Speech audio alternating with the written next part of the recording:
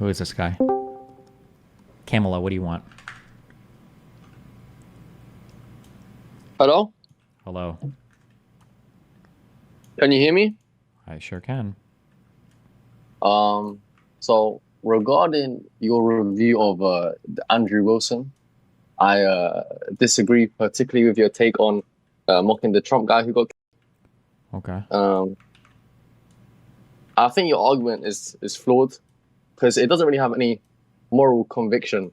So you stating that you would show sympathy or something along those lines if conservatives also condemned the attack on Pelosi or the insurrection or whatever it was, shows that your morals are kind of driven by the actions of others instead of a consistent moral framework. Do you get what I'm saying? Yeah, I just disagree, obviously. How come? I think that you can't operate in an environment where people are allowed to take advantage of you with impunity. That's a losing strategy, morally and by survival, I guess. How would they be taking advantage if it's a separate event? They take advantage because being able to rally your base and speak with strong conviction and demonize political opponents, it energizes your people. It gives people like more conviction to go out and vote. It gives people more conviction to believe in your politicians. It gives people more conviction to doubt what the enemy is saying and to vote against them. And yeah, there's a reason why people dehumanize and demonize their political opponents. And you agree that that's what you're doing, that you're demonizing the other side because of someone else's actions instead of having a consistent take, which is killing is bad and you shouldn't really enable its behavior, which is what you're doing, right? If somebody comes up to stab you and then you kill them, are you having bad behavior because they had bad behavior? That's completely different. Why? Because this is a separate event. See, when you talk about the conservatives saying, "Oh, they laughed at Pelosi" or whatever, this person was just an innocent person. You're taking the actions of we're taking the actions of other conservatives, and you're saying because of this I can make fun of this random guy who was completely innocent. Yeah, making fun of somebody is not. I don't know if it's not like doing anything to the guy. I'm not using this just for like hurting the guy. No, of course, but like you said many times on your platform, with a large audience comes great responsibility, and the manner that you handled that was wrong because what it does, it enables behavior. So like, for example, people can do mental gymnastics. They can say, well, even if it's bad to murder people. Hold on. You're moving really far off my question was, why is it okay for you to kill somebody if they come up to you to kill you? It's self-defense. I mean, wait, so why does self-defense, so two wrongs make a right? It's different. Why is it different? I mean, because it's someone's trying to kill you. They're trying to do something wrong against you. You trying to protect yourself is not intrinsically wrong. Okay. So if somebody's doing something to aggress on you, right? If they're taking something from you, they're coming after you, then it seems to be that you would have some leeway to respond to that, right? Isn't that just my whole argument? No, I don't really see how that is because how is this self-defense? I'm confused. How are you saying that you... Do you think that there is... Do you think that when people energize or rally their base, right, by making fun of their political opponents, do you think that that's a benefit to the people that do it? Say that again, sorry? When people rally their base by making fun of political opponents, do you think that that benefits them? For sure.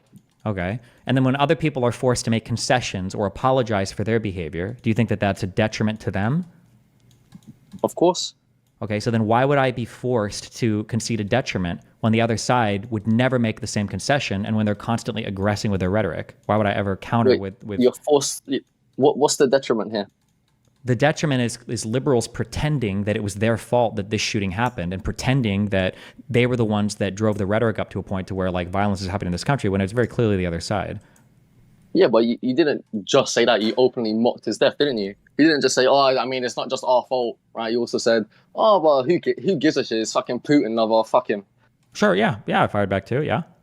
Yeah, so it's just based on reactionary behavior. It's not based on a consistent moral framework. Hold That on, wait, killing wait. You innocent can't. You're just people is uttering wrong. words. You can say based on a reactionary behavior. You just told me it was okay to kill somebody who tried to kill you based on reactionary behavior because you're responding to their threat, right? No. The difference is I'm saying reactionary behavior based on other people that were not involved in the event. That guy specifically is completely separate to all of the conservatives. No, he's not. Or Republic.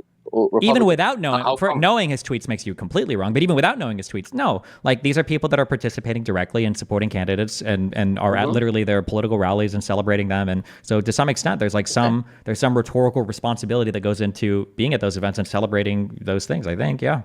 All right. So here's my question. Let's say we took away parties for a second, and someone just had an ideology, and someone disagreed with that ideology, and then they decided to kill them. Would that be wrong?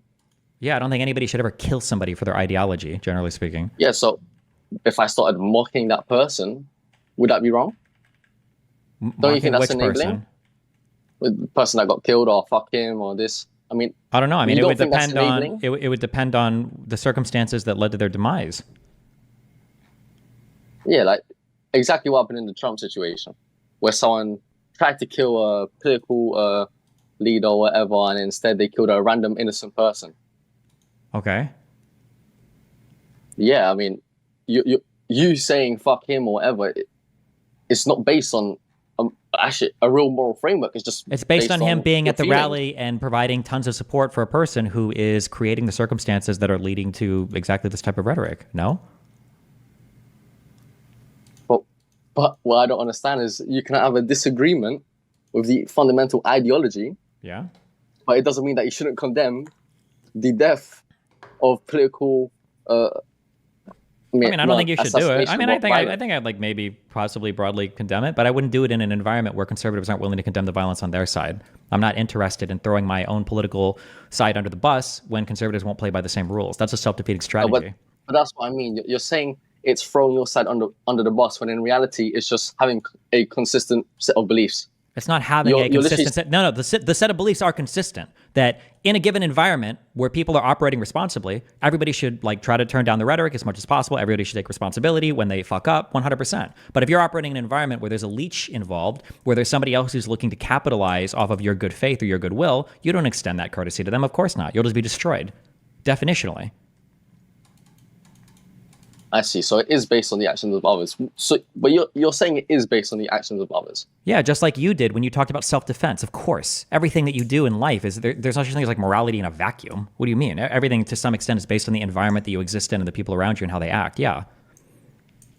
I don't buy that because it's a separate event. Like, once again, I don't know. Wait, why do you keep saying it's a separate event? What does that have to do with anything? Because you're piling all of these conservatives into one group. Right? It could have been anyone, you said. It didn't have to be this guy who loved Putin. It could have just been some random conservative. Anybody that's at a rally supporting a candidate that I think is engaged in some of the most divisive rhetoric in the history, at least in the recent history since I've been alive in this country. Yeah. Yeah, and I'll say I think that's a terrible thing to do because you're enabling behavior. But you don't think you're enabling it? You really don't? I think the behavior is already enabled. The assassination attempt happened before I said anything. No, but enabling further behavior. You really don't think you're doing that when you say, "Oh, fuck him"? You don't think you're not as much as they are, not even close to as much as they are. No, I think they're enabling way more behavior. Okay, the goal is hopefully at some point, and maybe it won't. Maybe we all just like sit on each other, but hopefully at some point, maybe people take a step back and they go, "Okay, well, fuck, I really don't like this, and this doesn't feel good. Maybe we actually shouldn't be, shitting on people and cheering on when people die. But if their side's going to do it, then fuck it. Why would you take all the huge political sacrifices and hold yourselves to a standard that in and of itself doesn't really help at all and allows you to be completely and utterly destroyed by the other side? It doesn't work that way. Like you'll just be annihilated. There's no virtue in that. It just sounds silly to me because once again, you can't condemn something even though you think it's wrong because the other side is doing the same thing. I mean, you're saying it's a political sacrifice when in reality, it's just you being too stubborn to just acknowledge what you think is wrong because the other side is doing it, so I might as well do it. What sacrifice is there? Let's say, I already told you the sacrifice. You already agreed it. Your side looks politically weaker, and you give the other side way more impunity for also terrible action in the future, right? There needs to be a general unacceptance of these actions. And it's incredibly ironic that conservatives, who historically have always been the party of, of blaming women when they get raped when they're in places they're not supposed to be, the party of fuck around and find out, the party of facts over feelings, that these are the people that are all of a sudden saying, okay, well, hold on, wait a second. You can't say these bad things. It's not fair to hold somebody responsible if they weren't, if they weren't actually killing somebody or whatever. Like, no, that's bullshit. There should be people... There should be a set of social guidelines for how you ought to act in society. And part of those guidelines should be that you can't openly advocate for like crazy anti-democratic, authoritarian, or violent, types of rhetoric. That shouldn't be acceptable. And if people are going to engage in it, then there should be pushback against it. But you can't operate in a way where you're like, oh yeah, like we're going to apologize for everything and we feel so bad for everything and we feel horrible for every single action, while the other side continues to never take responsibility for a single thing and they make fun of all your people that die. No, that's crazy. You don't need to apologize. You don't need to. You can simply say you condemn it. No, no. Why don't they condemn it? Why would I condemn? Why would I condemn a Republican shooter when they tell me that the shooter happened because of us? I'm not gonna sit there and condemn that. Well, then fuck you. No, but that's wild. That's crazy. You can condemn the shooter without agreeing with the conservative. No, you're wrong. That's exactly what you're doing. No, you are supporting them. That's what's happening. Okay, how? What? Tell me how. Because how? Because conservatives are coming out and they're saying, this is the Democrats. This is your fault. You guys have turned the rhetoric up. Okay? It's all your fault that you guys have done this. This is horrible. You called him a Nazi for so long. It's your fault. And then the Democrats go, oh, all right, we're really sorry for calling him a Nazi and for turning up the temperature in this country. We're really sorry for... Why exaggerating? You don't need to do that. Hold on. What did I just say that was an exaggeration? You don't need to say, "Oh, I'm so sorry that this guy from our party had to kill this guy," and then I didn't say you had to say. No, don't. I'm just saying, like, yeah, they're just asking. Said that. They're asking. I didn't say it from our party. They're saying that the Democrats need to apologize for calling Trump Hitler so much, for calling him a Nazi so much, for turning up the rhetoric. Okay. Yeah, you don't even need to say that. You can say that's an individual thing. All you have to say is that you don't agree. You don't need to say, "Oh, fuck him," and enable the behavior. If you say, "Oh, who cares if it's a conservative?" You don't think people will go around and say, "Well, since it's a conservative, maybe I should go on a small hunting spree, and it won't be as bad compared if I killed a liberal or whatever." Like you can't say what's it called? You can't say that. Well, I think this is bad, but because the other side is doing it, maybe I should do it too. Your brain is rotted on this weird idea, this total lack of foundation and understanding how anybody can operate in an environment and survive. You're on this weird, like, cucked reciprocation thing where you probably don't even agree that the other side is doing anything bad. If somebody challenged you to a fight, you've got to fight an MMA fight, okay? And then you find out one day before that person is actually planning on bringing 2 knives into the ring. Are you going to go fight with honor with your fists, or are you going to bring knives as well? Okay, can you please tell me how this analogy links to... No, I want you to answer the question. The rules are you're supposed to fight with your fists, and you find out that this guy's going to bring knives. Do you show up and fight with honor and integrity and fight with your fists, or do you bring knives as well? Well, I would obviously bring a knife because my life is at stake. Okay, if you bring a knife, are you as bad as the other guy? No. Why not? But once again... Wait, no, just answer. Before you try to say it doesn't relate, why aren't you as bad as the other guy? You brought a knife just like him. Aren't you letting his behavior... You're being reactionary, aren't you? You're letting his behavior dictate... in self-defense. What you did wasn't in self-defense. That's what you're not understanding. Your situation is completely separate. It's definitely not self-defense. When you do it in a separate event, and I'm going to keep saying the separate event, where no one's attacking you, and then you bring the knife against an innocent conservative, you think that's fair? But other conservatives bring knives against liberals. The issue, the issue isn't like, you think that like political rhetoric is just like words. You just think it's just like you just like say things and they don't mean anything when the conservatives say it. But like if a Democrat says it, all of a sudden it's like the worst fucking thing in the world. I don't like Trump. I don't like. Okay. Do you think that do you think that what I said was more extreme than what say Donald Trump says? It was much more tame. Okay, so if my rhetoric isn't even matching the level on the conservative side, then what the fuck? But it's still beyond the level that you still claimed was unacceptable, and yet you're still participating in it. When I say it's unacceptable, what I mean is that the level of discourse should not be at this level. Not that it's unacceptable for every single individual actor to function in that way. So, for instance, I would say it's unacceptable to shoot somebody or to stab somebody. But if somebody has a knife and they're going to shoot or stab you, then fuck. They've set the rules. Who is stabbing you here? The Republicans are with their unhinged rhetoric, with their refusal to take responsibility for a single horrible event that's happened on their watch.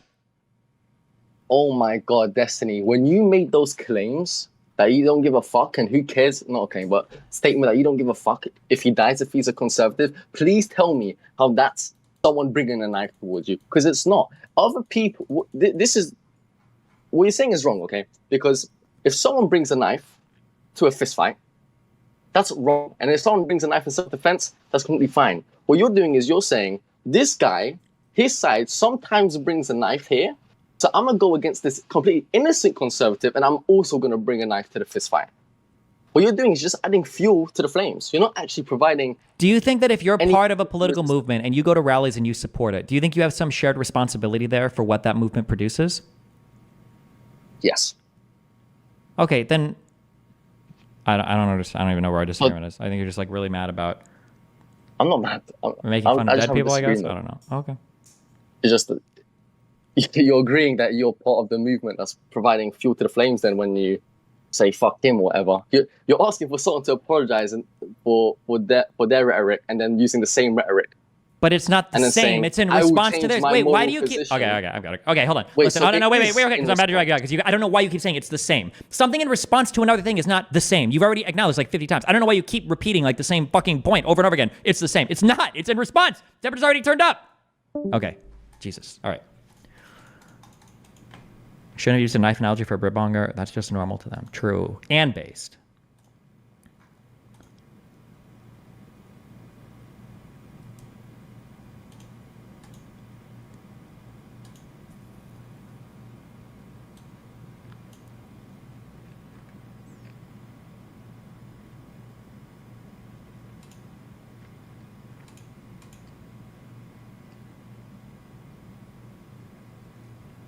What the fuck?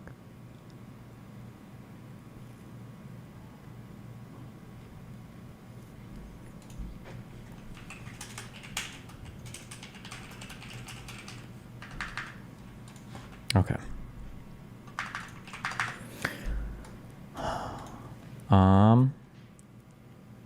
Okay. Trump calls states. Okay. The next thing is sketching out the elector scheme. What was the very first incarnation of this? It would have been with Eastman, right?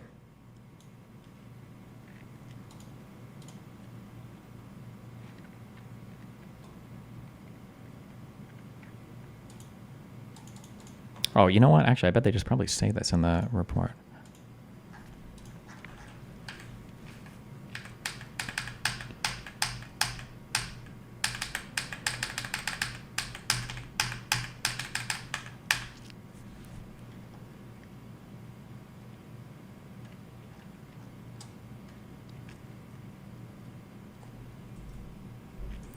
I swear I'm not being bad faith, but do you see condemning the shooter the same as apologizing for your side? Yes.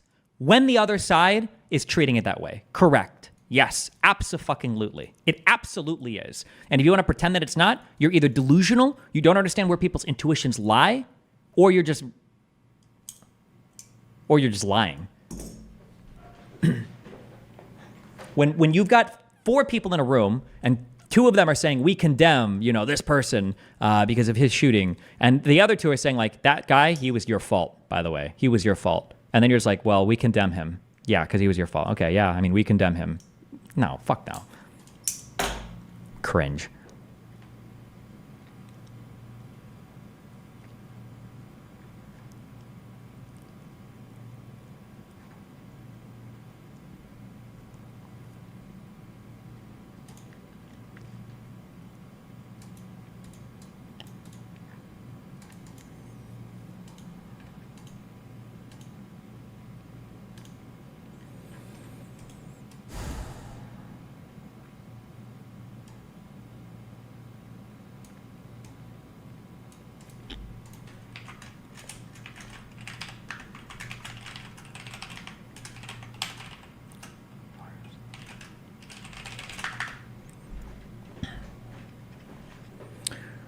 Okay.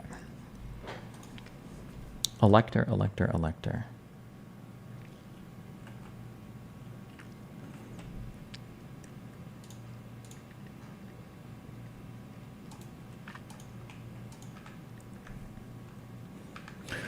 The morning of Jan 6th, in a speech to the ellipse, President Trump exhorted his thousands of assembled voters.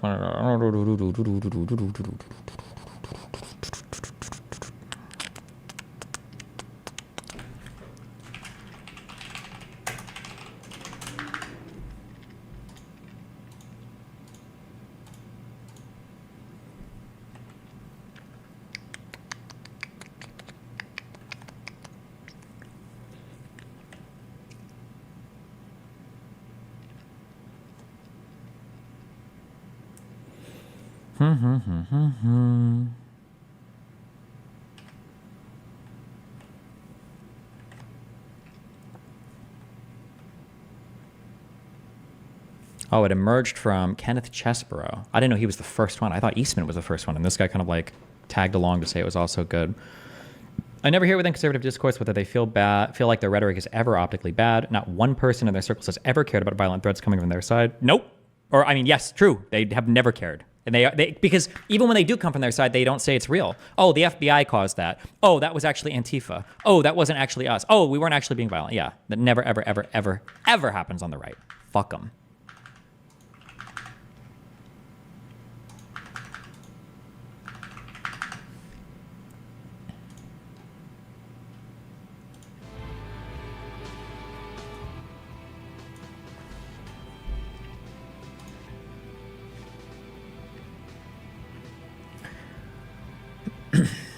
Although John Eastman would have a more prominent role in advising President Trump in the days immediately before January 6th, Chesebro.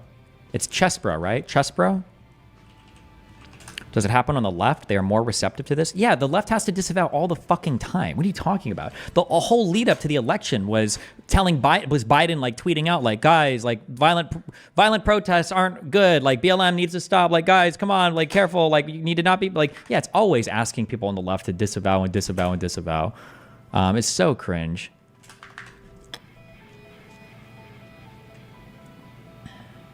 How do I pronounce this guy's name? It's exactly the kind of smoking gun evidence that was bound to come out eventually. Trump's bet is that by the time the wheels of justice ground over and over again and revealed that his deputies in the fake elector plot really did do what people worried they did, that we'd all be numb or distracted by other things.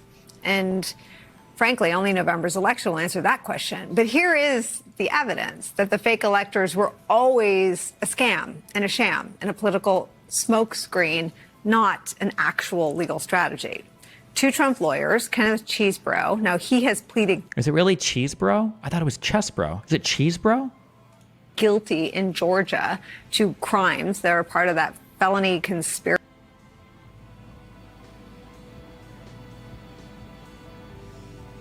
Wait, holy shit. Wait, hold on. I haven't watched any of the testimony. District Attorney Fonnie Willis's office and legal experts think that this signals that more are on the way. The latest domino to fall, Kenneth Chesebro, who's been called the architect. Oh, she says Chesebro. Of the fake elector scheme, pleading guilty yesterday on the eve of trial to one felony count of conspiracy to commit filing false documents. As a part of his plea deal, Chesebro has agreed to provide evidence and testimony that could implicate other co-defendants, including former President Donald Trump. Chesebro also must turn over documents to the DA's office to be in compliance with his probation. And as the lawyer for Trump in the Trump campaign, Chesebro's documents include attorney-client communications that Donald Trump might not want jurors to see. Joining us now is Scott Grubman, attorney for Kenneth Chesebro. Scott, man, I got to tell you, I watch you, Manny Aurora, fighting the good fight for your client for a while. At the 11th hour, though, literally, you guys take a plea deal, or your client does. Why? Why the 11th hour plea for Kenneth Chesebro?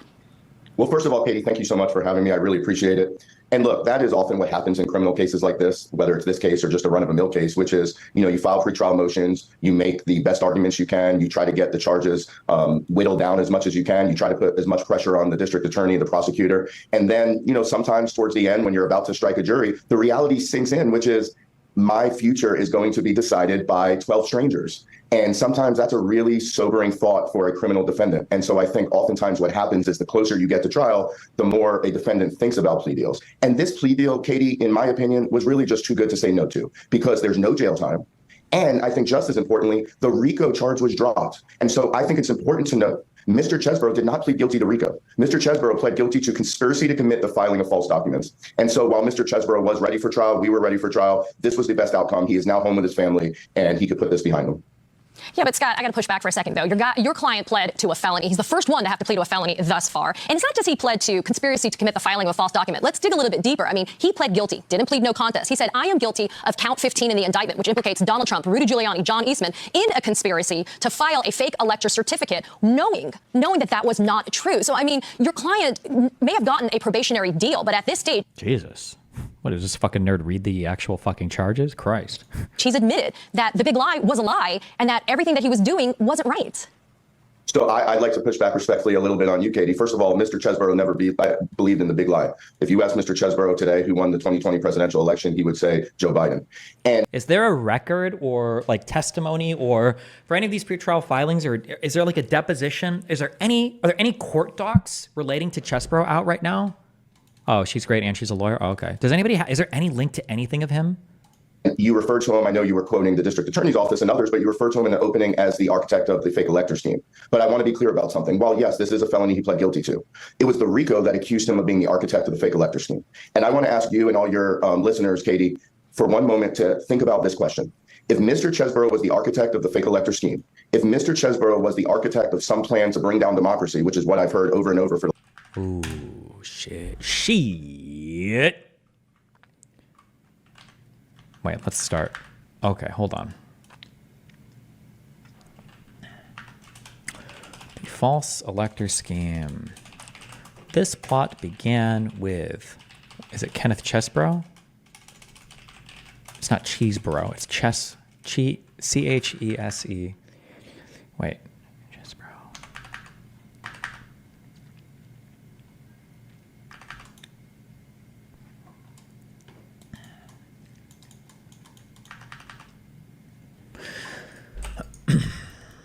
Can you explain the difference in your analysis of rhetoric between not condemning this and not condemning Hamas? If I recall, you used to say that pro-Pali people should have just quickly condemned Hamas right away because it looked bad when they tried to evade. Have you changed your mind on this? If not, what's the difference? No, if anything, I think it maps one-to-one onto this because Israel is always asked to condemn the violence on their side, right? There's 50 million different UN resolutions that are condemning them. There's 50 million different NGOs. There's internally hosted criticism in Israel. There's like their own citizens. Israel's always asked to condemn their own shit. So when Hamas does something bad, it should be easy to say like, yeah, October 7th was horrible. This is bad. But if you're not willing to condemn that, then the other side is going to become unhinged, right? I think it's the exact same thing.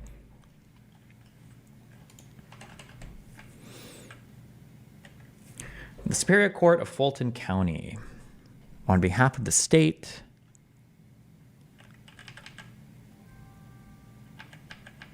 lawyer friend is trying to tell me the false slate of electors weren't illegal. How can I combat this? Appreciate you. Have them jump into Discord. Just watch the hearing. Why read it? What? Because usually we can skim through and read quicker. Link the hearing if you want, you fucking retard. Okay, going on the record. Been informed that there is a change of plea. Is that correct?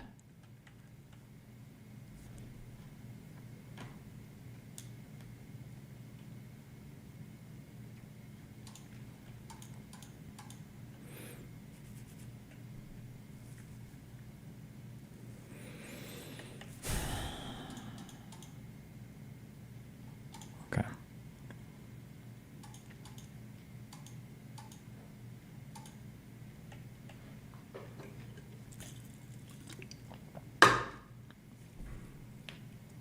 We began our jury selection process this morning, but I've been informed there was a change of plea. Is that correct? That's correct. Is that correct? Yes, yes, yes.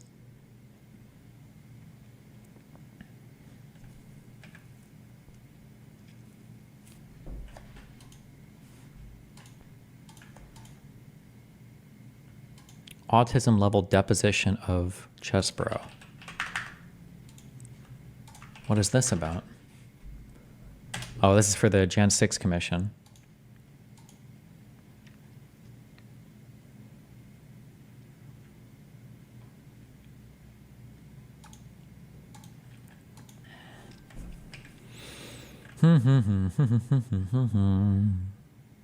Kenneth John Chesebro, 62, criminal charges. Is this all just the plea deal?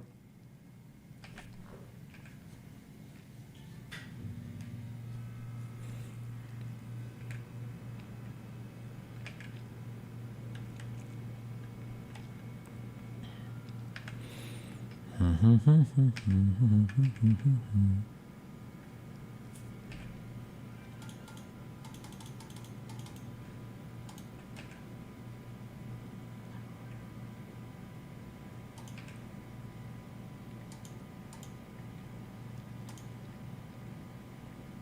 never going to get past all these idiots that can't understand your stance. No, listen. People just need to see this shit laid out. I will make the video that will change the discourse, okay? And I will have the commentary community amplify it. And then I'll be their slave for a month. And go shit on whoever they want me to shit on.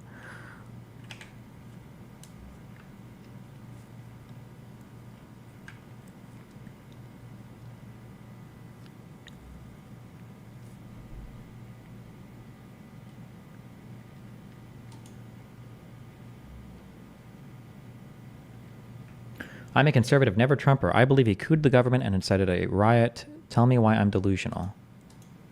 It sounds like we agree. Why?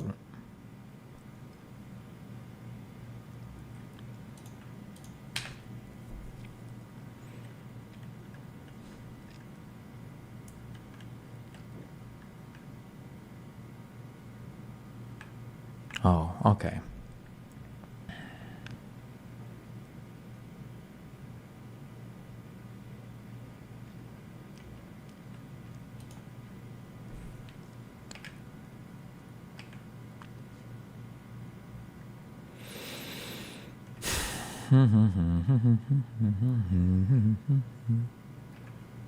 Does he just plead guilty to these? He doesn't say these? What's the difference between a coup and an insurrection? I think an insurrection is just a coup plus violence. Makes it an insurrection.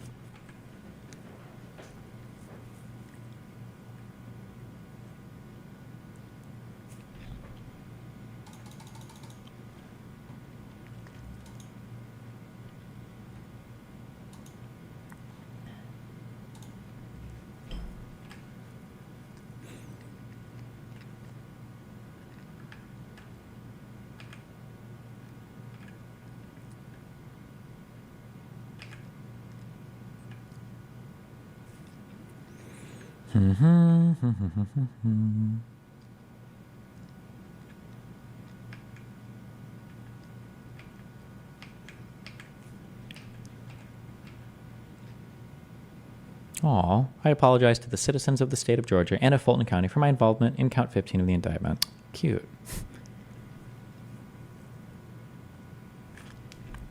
Do you think there's a strong case that Trump wanted the protests to be violent? Of course. And I don't think it's a case where reasonable minds can disagree.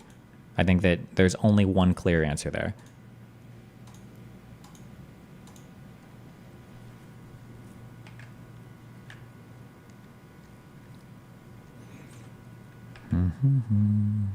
Okay, well, this is kind of boring. This is the deposition of Chesebro from the J6 Select Committee.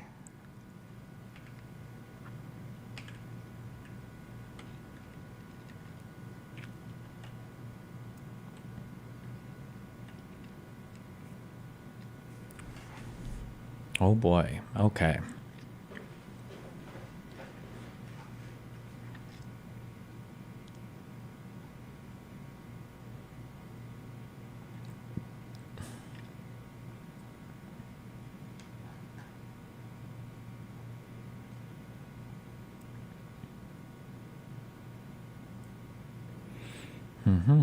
Wait, is there a recording of this? Supporting materials, video exhibits, Control F, chess. Number 2, chess. Transcribe interviews and depositions. None of these are in video format, it's all in.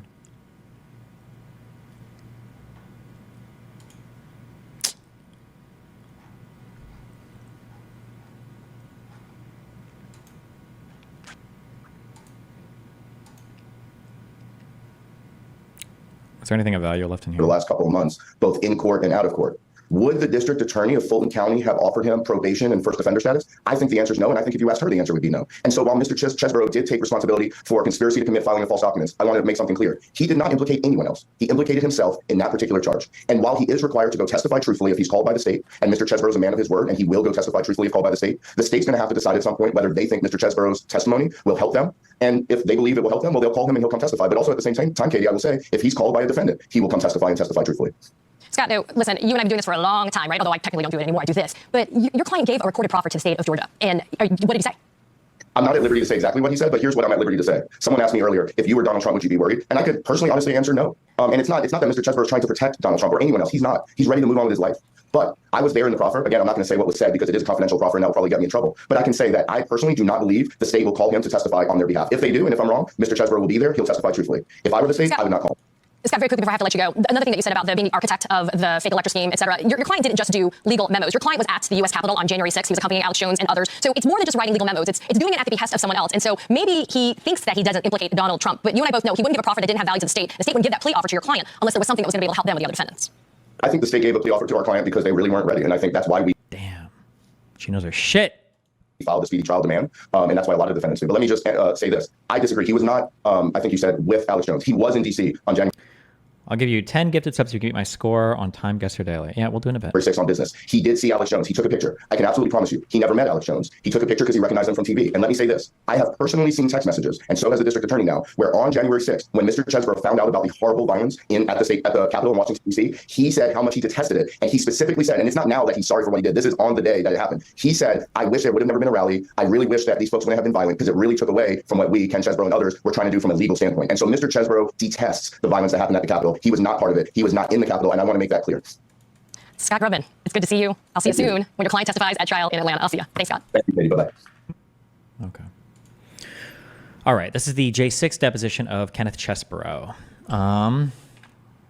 We're just getting warmed up into it. Talking about how, the court recorder's here.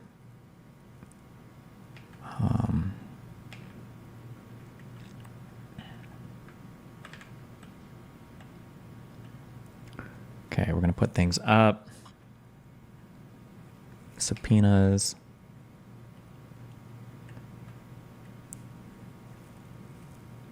What about Trump's claim that he asked for more police present that day and the mayor and Pelosi said no? Trump did not ever put in a formal request for more troops there. He kind of mentioned it, but he said he wanted them to protect his people because he thought that they were going to be under attack. But he didn't really put in a formal request. He just kind of brought it up. And he brought up a ridiculous number too. The problem is Trump is fucking retarded, so.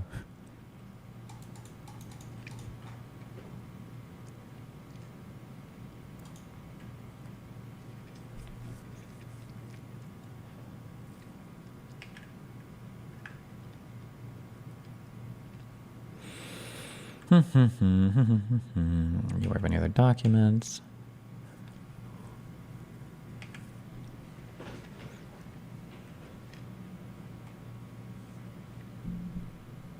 Trump offered 10,000 troops to Pelosi and she said no, it's all on record. I don't believe that's true. I think he brought up potentially having 10,000 troops. I think it was to Milley. I think he just mentioned it in a conversation and Milley was like, that's way too many, and two, I don't think they'll need any. I don't think that Trump ever communicated that to Pelosi. Like I said, I'm pretty sure this only came up in a conversation. But if you want to link proof of that otherwise, go for it. What are your thoughts on Mark Kelly? I don't have thoughts on Mark Kelly. Don't know anything about him.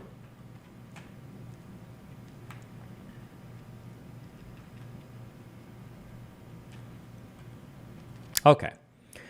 When and how, Mr. Chesebro, did you begin doing work that could benefit the Trump campaign, either immediately before or after the November 2020 election? I was contacted by a friend in Wisconsin that was involved in litigation around November 9th, and that's when I started doing work to benefit the Trump campaign. Okay. November 9th, 2020.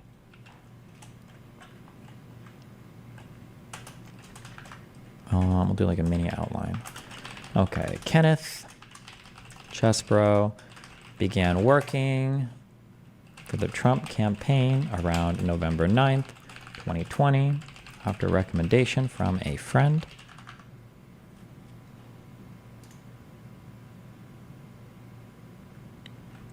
His lawyer was just full of shit, control of tear gas.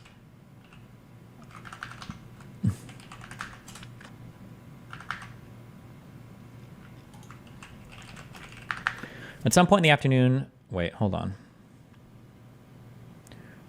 Troopus, I don't even know who this is. Text Chesebro, tear gas in the Capitol. Chesebro responds, I caught a whiff, LOL. Chesebro also sends Troopus a picture of himself outside the Capitol. Oof. Wait, where did these come from?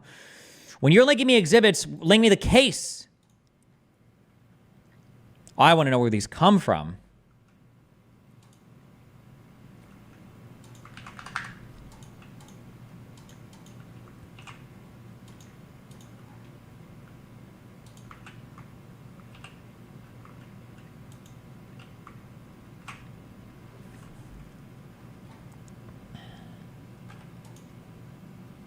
Read this. Okay. My bad.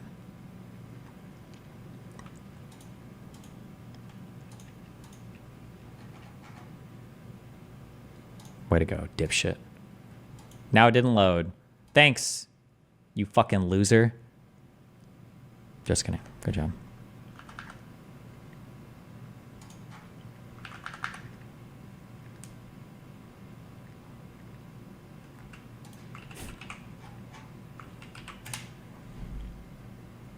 Okay, see you guys later. It's the Bennetts. Okay, see you guys later. It's the Bennetts. Hello, Madam Vice President. Hello, Senator Bennett. Thank you very much. You're welcome. Okay. Okay. Okay. How many? Okay. All right. Oh my God. A veritable treasure trove of text messages. Yes. Okay. Wait, where do these come from? Also, wait, who's Troopus? Oh, found what we're reading tonight. Oh boy. Trump. Who was this guy? Some attorney, some lawyer, former Trump attorney in Wisconsin. Okay.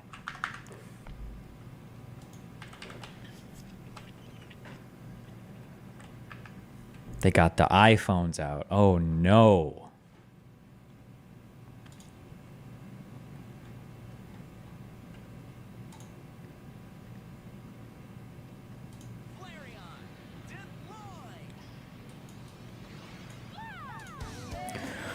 Let's talk when you have a moment. Jim T. Now is good, Jim. Hey, I just emailed you. No rush on getting back to me. But I did a memo, which I hope you can get, which I hope I can get to you securely, either Google Drive or Dropbox. Call for password. Hold on, I'm only gonna answer this one more time. Fuck. I wish there was a way to like beam into your mind so that I don't get stupid questions come up.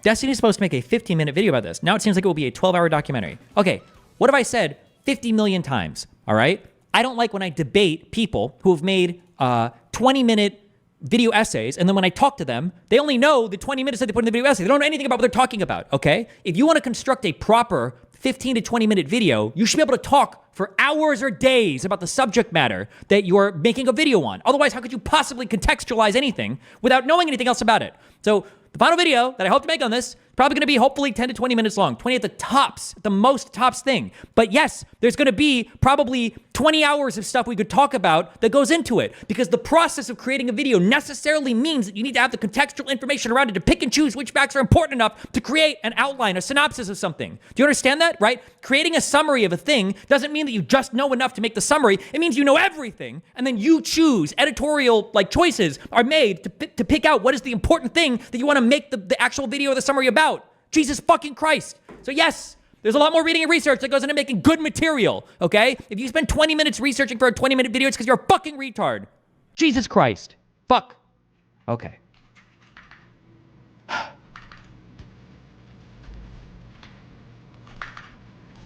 Jim, I just sent around input on the petition. I noticed that on email list. Bierce, Olson hit Justice Kelly. If you don't have it and need it, let me know. We're just not printing final version for POTUS signature. Which petition are you referring to? Okay, Troopus' first name is Jim, right? That's... Okay, stop.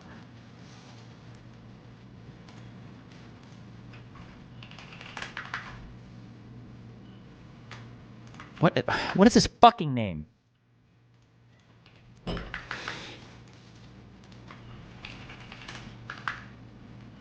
I'm gonna kill my video games. Jim Trubus. Okay, Christ.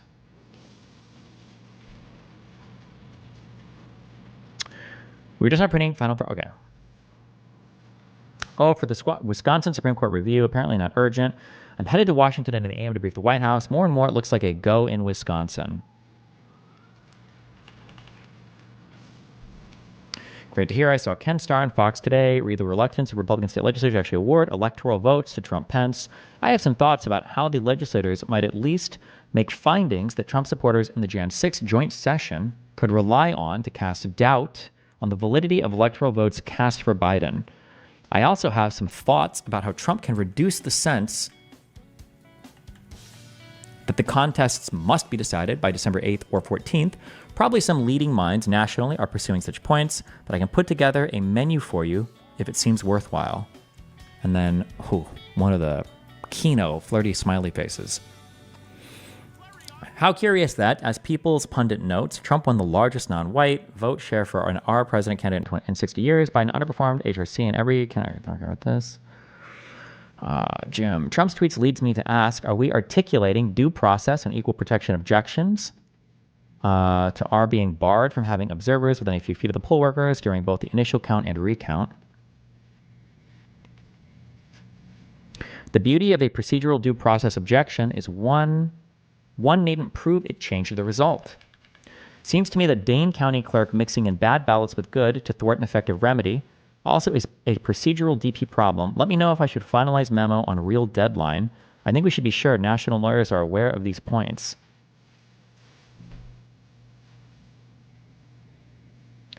The beauty of a procedural due process objection is that one doesn't need to prove it changed the result.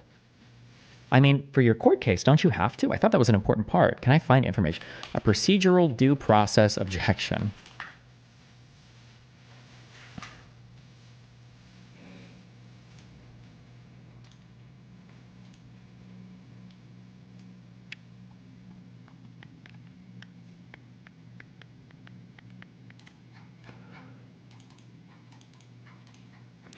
The U.S. Constitution requires that federal and state governments abide by certain procedures to protect the essential interests of all citizens. The 5th and 14th Amendments of the U.S. Constitution guarantee due process to all citizens. The amendments, also known as the due process clauses, protect citizens when the government deprives them of life, liberty, or property and limits the government's arbitrary exercise of its power. The U.S. Constitution requires two types of due process: procedural due process and substantive due process. As indicated by the name, procedural due process is concerned with the procedures the government must follow in criminal and civil matters, and substantive due process is related to rights that citizens have from government interference. Procedural due process refers to the constitutional requirement that when the government acts in such a manner that denies a citizen life, liberty, or property interest, the person must be given notice, the opportunity to be heard, and a decision by a neutral decision maker. But for procedural, so I'm only going by Cornell here, so admittedly this is just like a summary, I guess, but it seems like you would have to prove an injury here, right? Because it's when they act in such a manner that denies a citizen of life, liberty, or property interest. It seems like you'd need an injury here. Destiny, not necessarily a procedural due process, basically saying you've been deprived of a proper opportunity to participate and protect your own interests/rights.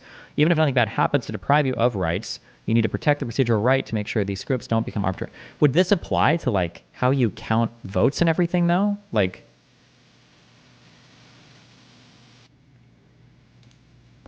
the government must also demonstrate that there is an articulated standard of conduct for their actions with sufficient justification. The requirements, called fundamental fairness, protect citizens from unjust or undue deprivation of interest.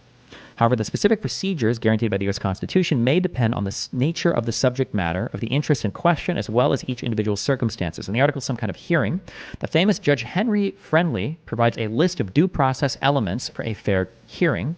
Judge Friendly's list remains highly persuasive to this day. The list goes as follows: a neutral and unbiased tribunal, a notice of the government's intended action and the asserted grounds for it, the opportunity for the individual to present the reasons why the government should not move forward with the intended action, the right for the individual to present evidence, including the right to call witnesses. In most cases, we examine the fundamental fairness of the government's actions to determine whether the government has met the requirements for due process. The requirement or the criteria for determining whether the due process requirements have been met depends on whether the particular government action concerns a civil or criminal proceeding. Specifically, in civil contests, the courts utilize a balancing test between private interests, the government's public interest, and the possibility of the government procedures' erroneous deprivation of private interest in evaluating government conduct. On the other hand, in criminal procedures, the court looks to whether the procedure the government has adopted is offensive to the notion of fundamental fairness for the due process analysis. The analysis of due process is thus inquiring more narrowly for criminal procedures.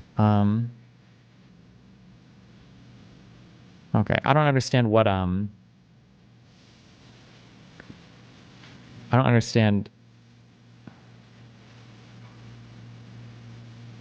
I guess I just don't understand what this would look like, but I don't know. Maybe I'll explain it, or maybe it's just lawyer memery. I'm not sure.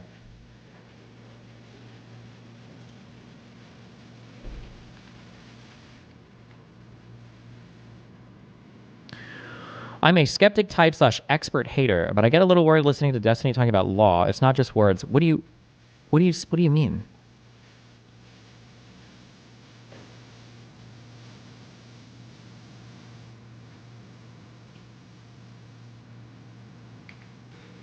Yes on memo, make appropriate changes knowing that it goes to our audience, but okay for it to stay styled as memo from me to you, focusing on Wisconsin. That way we don't claim that it's any big deal.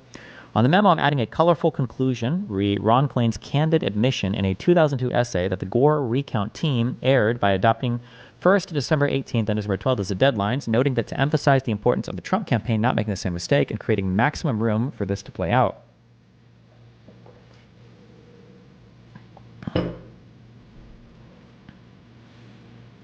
Ken, I think the Dane County clerk may have distributed ballots and ballot envelopes without a request, so tonight they're trying to change the repint rules so that we can not see the applications. This feels criminal to me.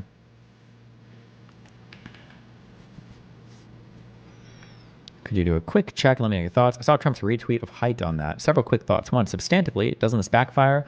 Our position is that under Wisconsin statute, an absentee ballot can be counted only if there's an accompanying application, which must be retained for 22 months, notwithstanding the recount manual saying all ballots, because you wouldn't want to disenfranchise a voter because one got misplaced, LOL. So they don't show you any applications for absentee ballots. They're worse off, right? Now is the time for them to put up or shut up under Wisconsin law. They can change whatever procedure they want. But if they don't produce applications now, the record will contain none.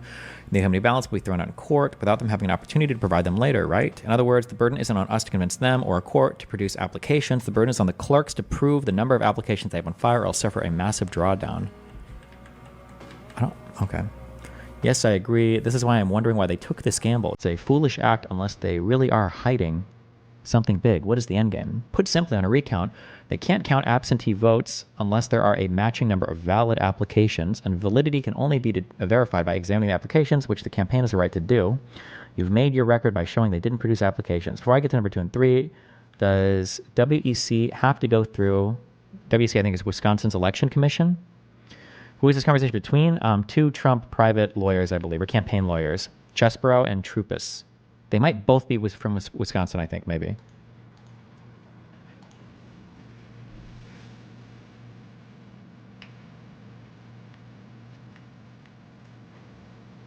Come up with a bogus excuse that maybe a court will buy and at least try to run out the clock before December 8th, thinking a court might view that as the deadline, anything but let Trump win. Maybe their view is applications aren't relevant given their earlier guidance. Due to streamline the recount, they'll only show them if the court orders it. Just strikes me that legally burden isn't on us to rush to court and force them to show applications, which would slow down the recount, maybe their aim.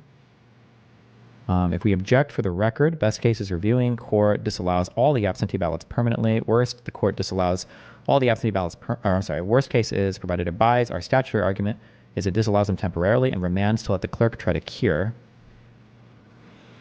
There are two ideas that if the WC changes recount procedures after November 3rd, it might deprive Biden of the safe harbor protection or this, or Biden, blah, blah, blah.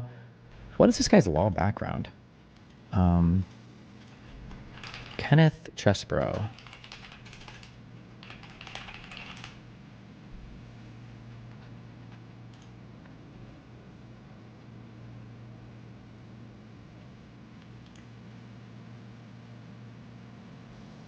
He earned his JD from Harvard Law. Jeez. Hey. Hello? Hi. Hi, what's up? I just to pop in to provide a little bit of context on the procedural due process thing. Basically, in voting law, as I understand it, the way that it attaches is the idea of, one, making sure that there aren't procedural changes with that are done after voting would occur or after election day that would impact the way in which votes are counted, but also number two, not changing the rules arbitrarily without good justification before or after election day to where people who are voting can't rely on their type of voting to be counted. It's kind of like a reliance theory. And so the expectation is that you have a clear understanding going into election day of who is eligible to vote and how those votes are going to be counted. And so if those rules are messed with or changed without proper opportunity to participate in the structure or the administrative process, then people's rights could be fundamentally impacted. Sure. Okay, makes sense. Okay, that's it. Okay, love you. Be careful. Take it easy. Bye.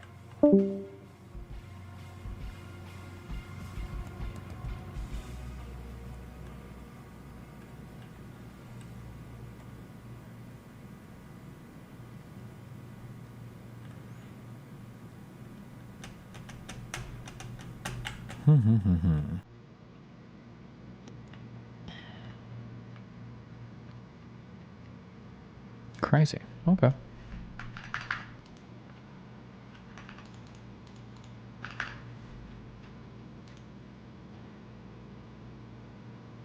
I'll crawl out of this hole soon enough. Take my ring off, sell the car.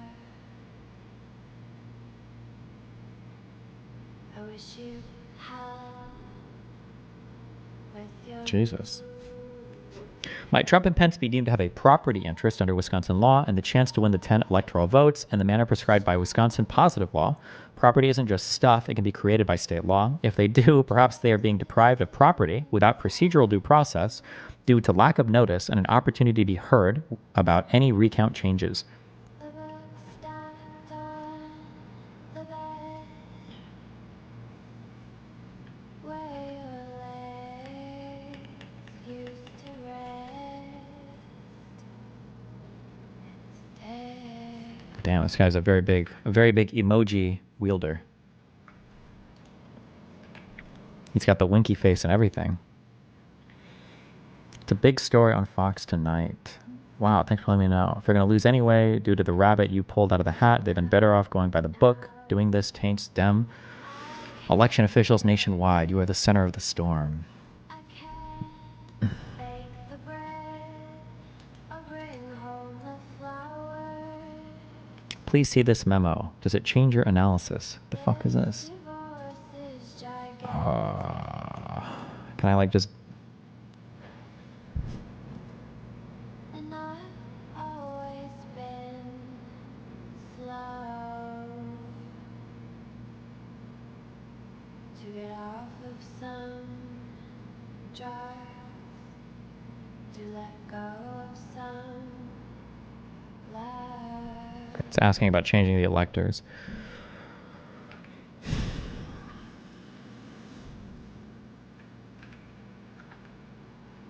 There are holes in this argument. Judge Posner wrote a book on Bush v. Gore that helps us here. I can do a memo after call. The key is memo ignores 3 U.S.C. 2 whenever any state has held an election for the purpose of choosing electors and has failed to make a choice on the day prescribed by law. The election may be appointed on a subsequent day. Okay, blah, blah.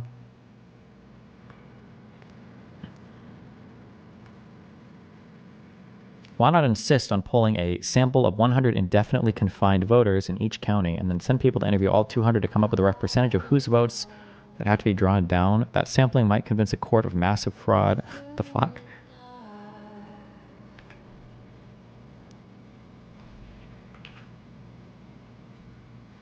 Take my ring off.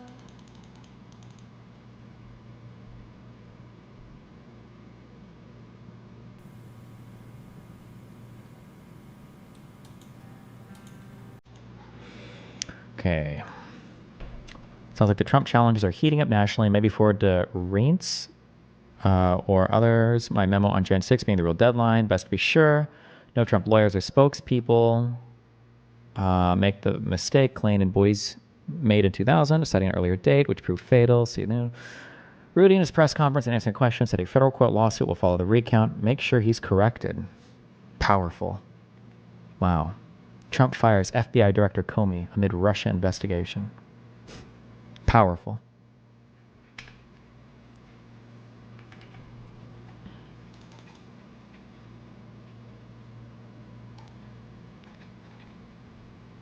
Is this true? I have no idea where this is coming from. Didn't you and Steven try to knock on doors for Warnock and GA, and the campaign had to tell you to stop because you guys were knocking on the wrong doors? You ended up getting a Republican vote? No, I have no idea where this claim is coming from.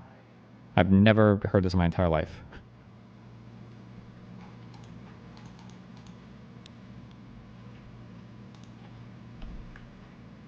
Democrats are reaping fruit of years of anti-Trump conspiracy theories.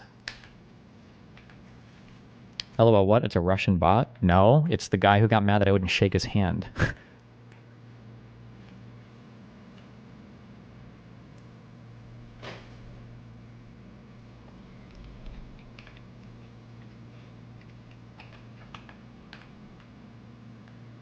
Attorney's heading out.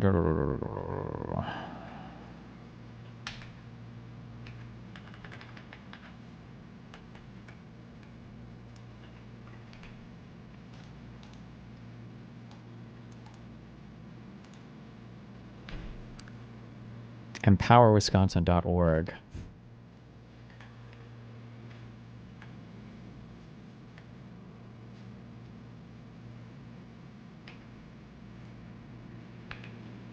Jim, I think it's a waste of time. I plan to draft a memo in simple question answer format, arguing that the Trump campaign nationwide should push back on any idea that it needs to win in enough states by December 8th to have 270 electoral votes by then, or at least deny Biden 270 votes by then. Only plausible way to have time enough to win is to say January 6th is the deadline, which is legit if the Trump electors all cast their votes on December 14th, which they don't need court or legislative authorization to do. No disruption. Whoops.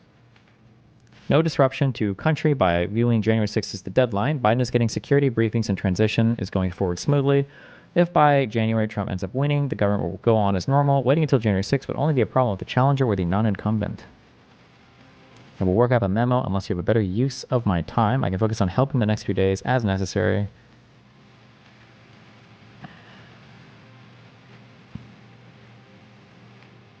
Huge decision issued by Commonwealth Court Judge Patricia McCullough. Can you link these? Sure, here you go.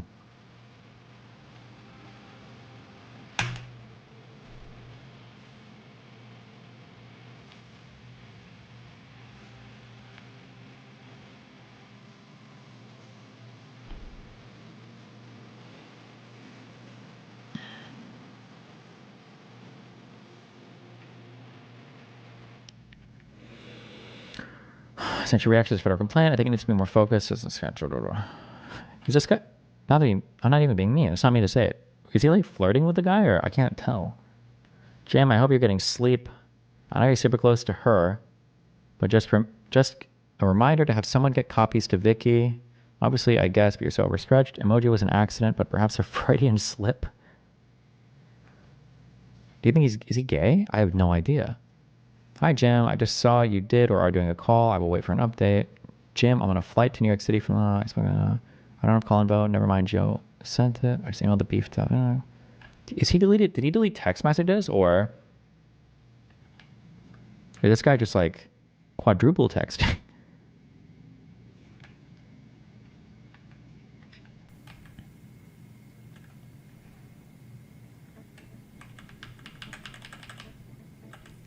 Sending you a 6-page memo having all Trump electors in all 6 contested states vote December 14th. I think Justin Clark should have it ASAP. Okay, by copying. Send it to the White House this afternoon. The real decision maker is great. I'll skip to Reince so he might talk with the president. The people in the White House understand how Pence could use his position as president of the Senate to at least, for a time, stop the count at 12-0 in Trump's favor and force the Dems to face the argument that the Electoral Count Act is in at least some respects unconstitutional. I can sketch that for you in an email so you can run it by them and then follow with a memo if warranted. I guess Pence is playing things cautiously, but there is a very defensible technical way he could throw a wrench in the count to buy more time. Wow, given evidence that China might have been involved in rigging the election, I'd love to see a debate in January in which this video is played. One thing that I think you should keep in mind as we read these, and who knows, maybe I'll be wrong, maybe something will come out that's a little bit different as we read these, but notice how, I think it's fair to say from what we've seen so far, absolutely none of this has to do with like thinking that there was actual voter fraud or that there was significant voter fraud or that there was outcome determinative voter fraud. All of it is focused on like kind of like this niche either procedural stuff or these very wacky legal theories on how to have your people vote the way you want them to, right? Notice that. I think that's worth noticing. One second.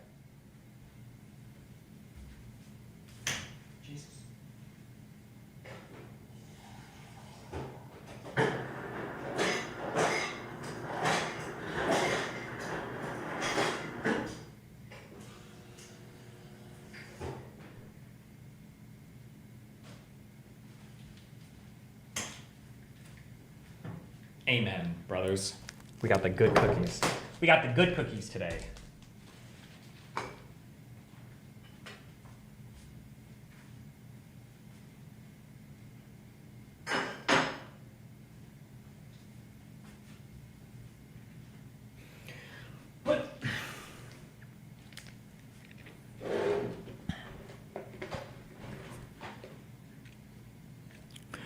Why are there no leaks of text from Democrats trying to upend the system? Are they just better at keeping everything under wraps?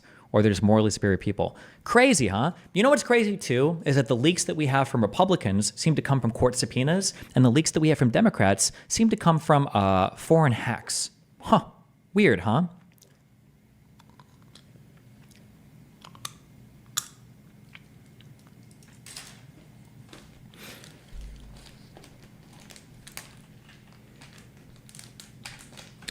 Jim, maybe send draft a petition to Rudy and ask for input on Part 2C. If it's the first filing which Trump says January 6th is the real deadline, best to make sure that the top guys feel appropriately consulted once filed.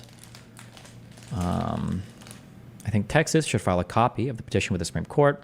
Take notice of Trump's position that it has enough time to rule without an emergency order. We need to get all the lawsuits on this timetable. We'll also help convince electors that there's a point to them voting on December 14th.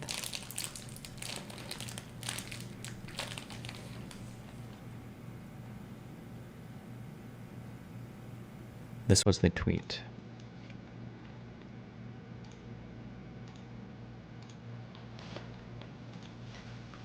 Seven-minute video by Tucker. Fuck that.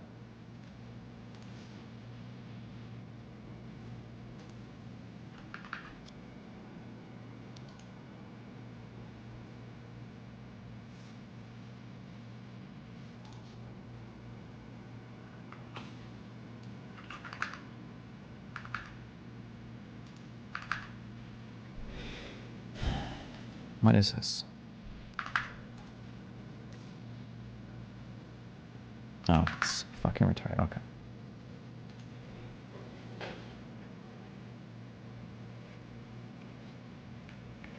Working all day to get the other states in line with December 14th. Please see an email I just sent with updates. I have a checklist, to-do list for the other 5 states. We'll do one for Wisconsin and send this to you, blah, blah, blah.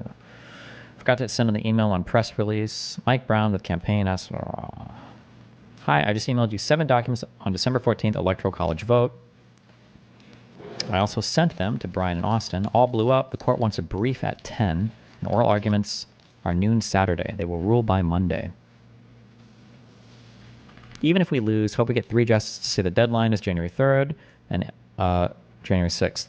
And the Supreme Court should rectify this Article 2 violation. I'm in Madison trying to find where everyone is. In the middle of the spam court hearing, or SPM court hearing, I don't know what this means, Supreme Court hearing, This is Megan. I'm sitting next to Jim, handling the phone, etc. The address is Docs. Sophia emailed it to you yesterday. Thanks. See you later. I was just there. No way to get in the front door. Knock on the glass window to your right. Someone will let you in. Okay. Thanks. Outside now. Aw. My little trader friends.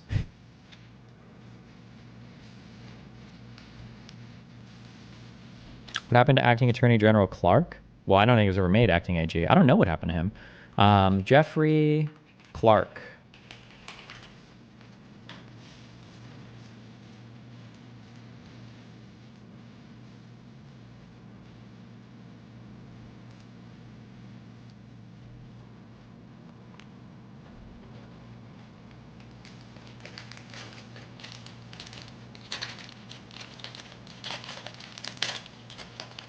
Apparently Clark hasn't responded to his indictment in the Georgia RICO case. Ethics violations. Okay.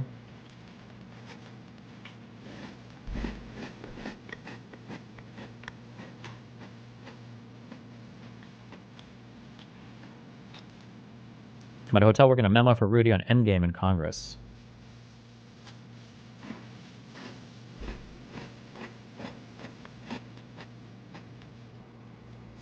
What? For now, I'm at home enjoying Scalia Speaks, a marvelous collection of his speeches. That would be an appropriate book while we wait for a decision. Okay.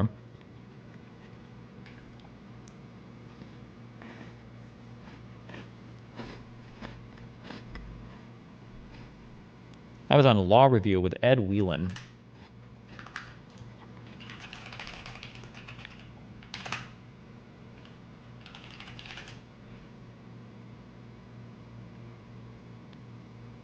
Fuck, where?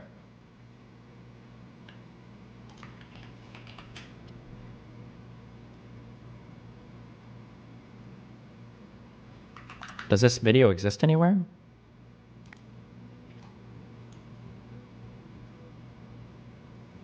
Scalia would rule for you in identical circumstances, even if you were arguing for Biden. I'll tell you a funny story of how I met him while he was still in D.C. Circuit.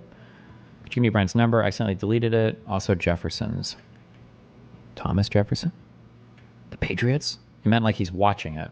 I was on Law Review. Oh, he's watching it. Okay.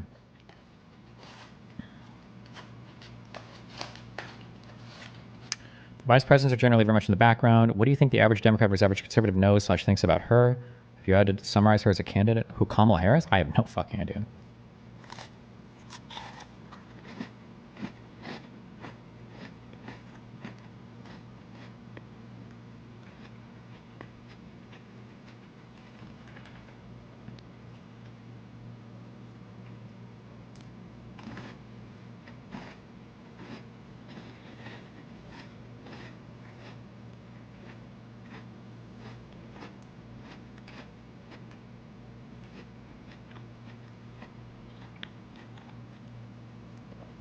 Do you plan on having this be clean language-wise? Probably.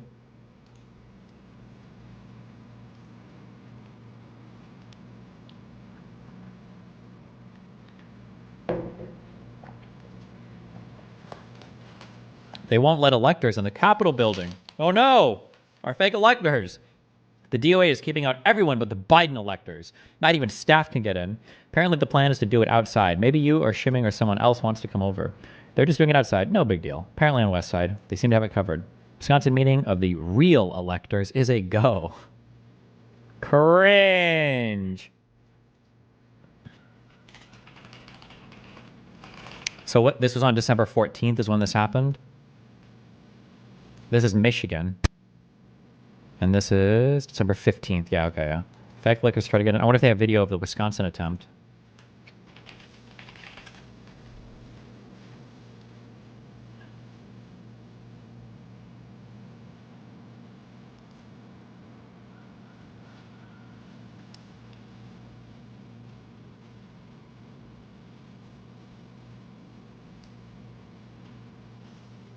Damn, I don't think they have videos of them trying to get in.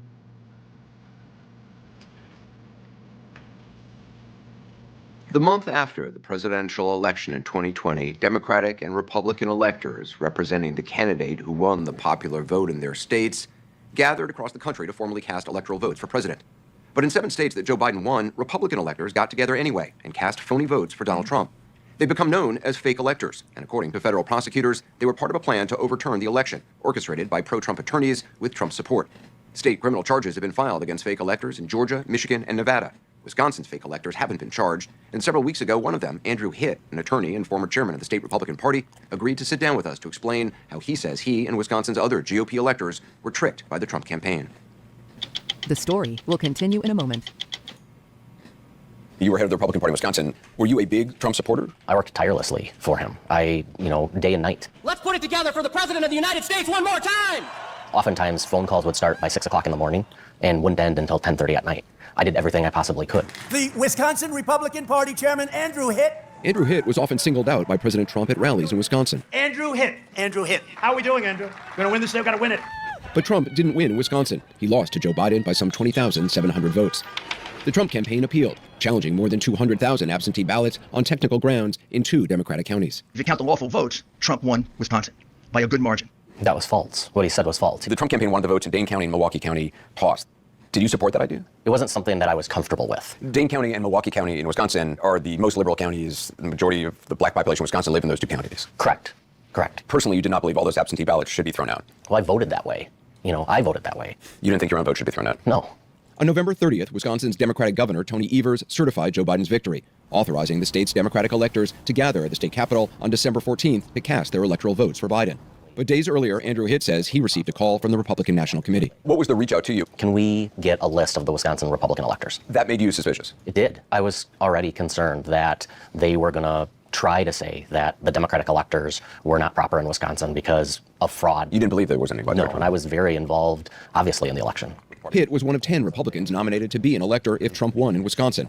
On December 4th, he says he was advised by the state GOP's outside legal counsel to gather the other Republican electors on December 14th at the Capitol and, as a contingency, signed a document claiming Trump won the state in case a court overturned the election in Wisconsin. In case the legal arguments that the Trump team is making actually win in court. Right. And I remember asking, how can this be that a court overturns the election and just because we don't meet and fill out this paperwork on the 14th, that Trump would forfeit Wisconsin?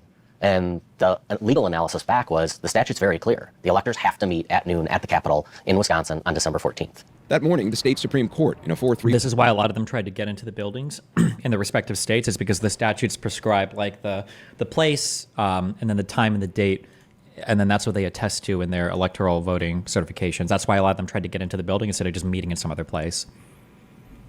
The ruling rejected the Trump campaign's attempt to throw out more than 200,000 votes. But Andrew Hitt says he and the other Republican electors met anyway to cast fake votes because he'd been told the Trump campaign would appeal to the U.S. Supreme Court. Kenneth Chesebro, a pro-Trump attorney who was an alleged architect of the fake electors plan, showed up to watch. We got specific advice from our lawyers that these documents were meaningless unless a court said they had meaning. You were deciding to sign this document as an elector and getting the other electors to sign this document based on a court challenge that you yourself don't believe has legitimacy. I wouldn't say it doesn't have legitimacy. That's different than not personally agreeing with it. You personally don't believe that legitimate votes by Wisconsin residents should be tossed out, and yet you are signing a document in support of a lawsuit which is alleging just that. And if I didn't do that, and the court did throw out those votes, it would have been solely my fault that Trump wouldn't have won Wisconsin. Beautiful kids, Andrew. Good. I'm going to blame you, Andrew, if they don't do it. Can you imagine the repercussions on myself, my family, if it was me, Andrew Hitt, who prevented Donald Trump from winning Wisconsin? You're saying you were scared? Absolutely. Scared of Trump supporters in your state? It was not a safe time. If my lawyer is right, and the whole reason Trump loses Wisconsin is because of me, I would be scared to death. Signing legal documents of such... Told my friend about fake elector scheme, and he said that it had to go through the courts. He brought up Chesebro, and now it's, we will never know for sure because he took a plea. He doesn't care. It doesn't matter. Trump was convicted in New York State, and that doesn't count because it was rigged. If Trump would have taken a plea, then it wouldn't have counted. Like, fuck off. Tell your friend to go do some laundry. Such consequence that you don't believe in, and you don't believe the underlying reason for the documents. It's not exactly a profile in courage. No. How do you feel about that now? Terrible. If I knew what I knew now, I wouldn't have done it. It was kept from us that there was this alternate scheme, alternate motive. That alleged alternate scheme is a prominent part of Special Counsel Jack Smith's indictment of the former president. Charging Donald J. Trump. How does he have time to do all of this federal indictment work and everything while still hosting how many different podcasts does he do on No Jumper? It's insane. Hiring to defraud the United States. According to Smith, what began as a legal strategy in Wisconsin evolved into a corrupt plan involving 6 other states as well. Donald J. Trump of the state of Florida, number of votes 11. Arizona, Georgia, Nevada, New Mexico, Pennsylvania, and Michigan, He said we can't enter. where some of the fake electors couldn't convince police to let them into the Capitol. We're electors, sir. We're electors. The electors are already here. They've been checked in. Jack Smith cites this December. Oh, wait, was this a different video? Pennsylvania and Michigan. He said we can't. What was the state where we had seen them before, the fake electors trying to get in? I thought there was a guy. Oh, no, wait. I think it is this guy. Never mind. This is the one we've watched before. Is this so I remember, right? Or no, wait. Or was it? No, I think it is. I think that's the one we usually see. It is the same one. No, wait. Is it? Hold on. No, it is. I can tell by the cop's mask. So you're telling us we can't enter? Yes. Okay, would you say that on Wait, is it?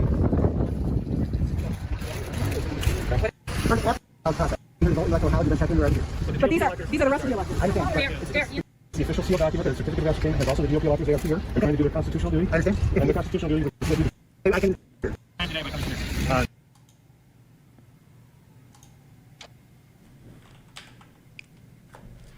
It's the same lady? Look at her hair. Look at her hair here. Oh, no, wait. Oh, I see. This is her. I thought this was one of the cops. Okay. Oh, and then here's the chubby cop. Yeah, okay, you're right. Lucky this time. Can't enter. Where some of the fake electors couldn't convince police to let them into the Capitol. We're electors, sir. We're electors. The electors are already here. They've been checked in. Jack Smith cites this December 6 memo written by Ken Chesebro, detailing ways the Trump campaign can prevent Biden from amassing 270 electoral votes on January 6. Smith alleges the multi-state scheme was designed to create a fake controversy and position the vice president to supplant legitimate electors with Trump's fake electors and certify him as president.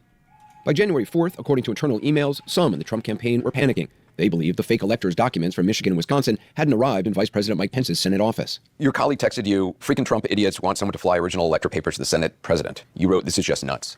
What was nuts about it? I mean, we have the certification coming on the 6th. How do you not have the paperwork? I mean, you've said you only went along with this plan to preserve Trump's candidacy in the event of a court ruling. January 4th, just 2 days before January 6th, did you really think that was still possible?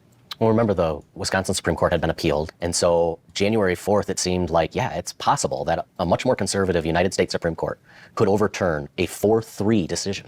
To get the paperwork to Washington, they picked Alicia Gunther, then a 23-year-old law school student working part-time for Wisconsin's Republican Party. I was on break from law school and wanted to make some extra money to pay for books and worked for the party for my month off of school. So on January 4th, I got Wait, how much did they pay her to fly these? a call from the executive director of the Republican Party of Wisconsin, since I was helping out at the time. What did you think when you got the text? At first I didn't know what it was, and then he followed up and asked, that the Trump campaign wanted these papers flown out to D.C. because they had gotten lost in the mail. Gunther says she picked up the papers here at the state party headquarters and on January 5th flew to Washington. So this is the email. She showed us her email chain with Ken Chesebro and the Trump campaign's senior advisor, Mike Roman. Explaining that I should only give the documents to Ken Chesebro. So, and then they asked me to meet up with him outside the Trump Hotel. I mean, it sounds very secretive. Yeah, I thought that email was pretty odd and dramatic. And you knew what was happening on January 6th in terms of the certification of the vote. I don't know if I was very tuned into that, truly, because I thought that a court of law would have needed to overturn the election for those documents to be used. Did you know what Chesebro looked like? So he had actually sent me a selfie. So He I sent would you know. a selfie Yeah. so that you would know it was him? Yeah. Can I see it? Yeah. She still has the photo saved on her phone. That's Ken Chesebro. Mm-hmm. What did he say to you? He kind of took a dramatic step back and looked at me and said, "You might have just made history." Ken Chesebro told investigators he delivered the Wisconsin documents to Capitol Hill. The next day, on January 6th, he can be seen in videos outside the Capitol near conspiracy theorist Alex Jones. And I want to look even more deeply at the fake elector scheme. According to the January 6th Select Committee, an aide to Wisconsin Senator Ron Johnson tried to arrange to get the fake elector slates to Vice President Pence. And I hope Mike is going to do the right thing. I hope so. I hope so. Because if Mike Pence does the right thing, we win the election. But Pence's aide refused, texting, "Do not give that to him," according to the committee. When the Senate chamber had to be evacuated, the real electoral votes in these boxes were taken to safety. And when Congress resumed, they were returned into the House chamber. Pursuant to Senate concurrent resolution. Vice President Pence announced the election results and closed the session at 3:44 a.m. January 7th. 3:44 a.m. The Supreme Court ultimately declined to hear the Trump campaign's lawsuit in Wisconsin. What do you think about Donald Trump continuing to claim that the 2020 election was stolen? It wasn't stolen. It wasn't stolen in Wisconsin. This past December, Andrew Hitt and Wisconsin's other Republican electors settled a civil lawsuit against them by some of the state's. Did Trump talk to Pence about the scheme beforehand? We'll look at exactly what those conversations were because Pence has made notes of them. I've got it here under pressuring Mike Pence. So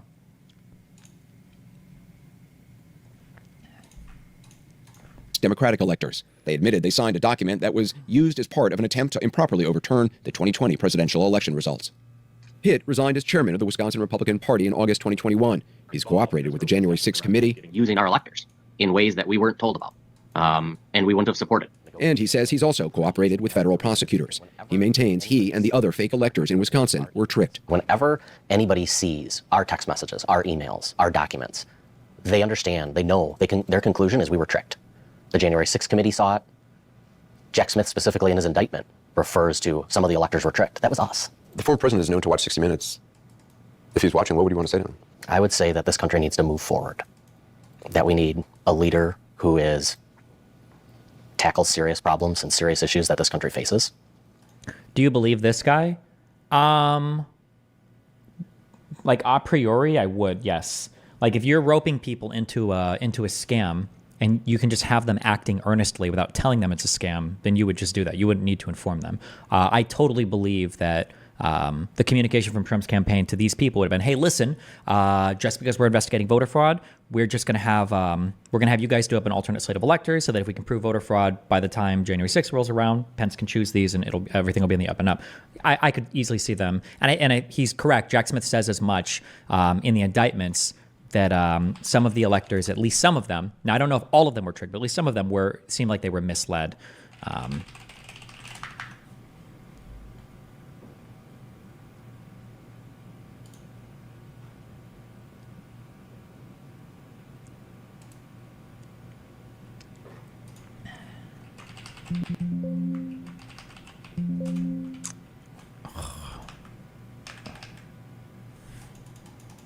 It's a picture? Really? Actually disgusting. Actually fucking disgusting.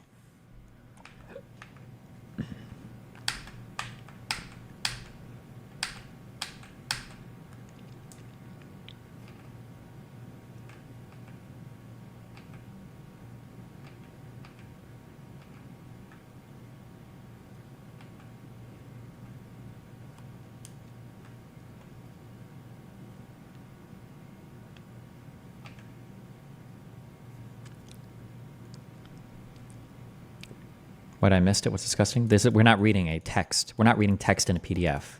Each of these pages is a fucking picture. So I can't control F it. It's disgusting.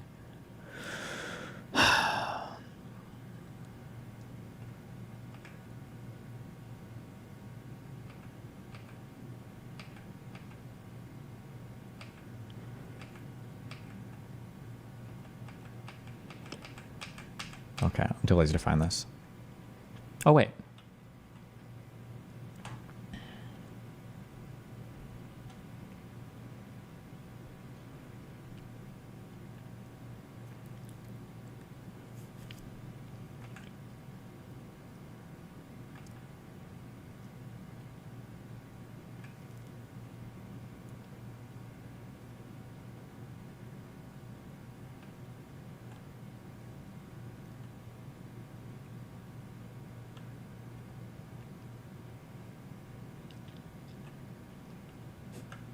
The next day on December 8th, co-conspirator 5 called the Arizona attorney on co-conspirator 6's list. In an email after the call, the Arizona attorney recounted his conversation with co-conspirator 5 as follows. I'd have to scroll up to remember who each of the co-conspirators are, but I just talked to the gentleman who did that memo, co-conspirator 5. That must be referring to Eastman or Chesebro. His idea is basically that all of us, Georgia, Wisconsin, Arizona, Pennsylvania, etc., have our electors send in their votes, even though the votes aren't legal under federal law because they're not signed by the governor, so that members of Congress can fight about whether they should be counted on January 6th. They could potentially argue that they're not bound by federal law because they're Congress and make the law, etc. Kind of wild/creative. I'm happy to discuss. My comment to him was that I guess there's no harm in it, legally at least, i.e., we would just be sending in fake electoral votes to Pence so that someone in Congress can make an objection when they start counting votes and start arguing that the fake votes should be counted. But I feel like there's something in here. about tricking some of the electors. I know it's in here somewhere. I don't want to reread this entire indictment right now.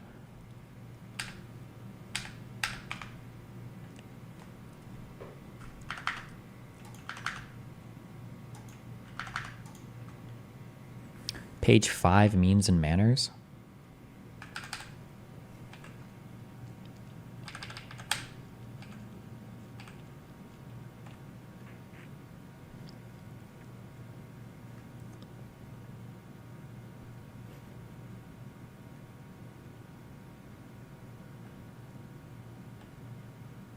Oh, some fraudulent electors were tricked into participating based on the understanding that their votes would be used only if the defendant succeeded in outcome-determinative lawsuits within their state, which the defendant never did.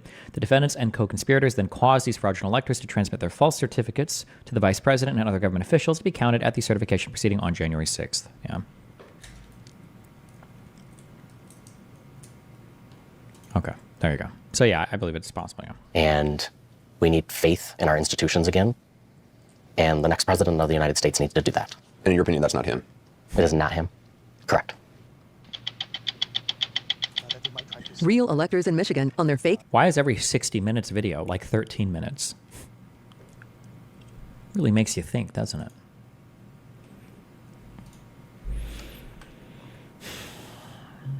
Okay, let's see. Boom, boom.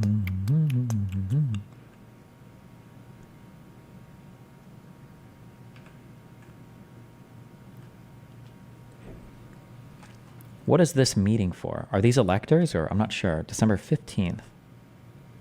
There's cameras here. They must be, right? I'm not sure.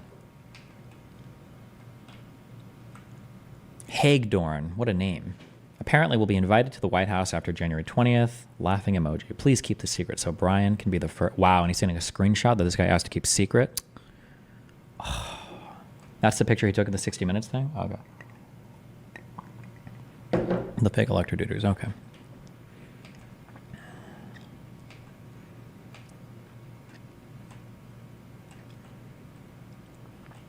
Shit. Should we know all of these people?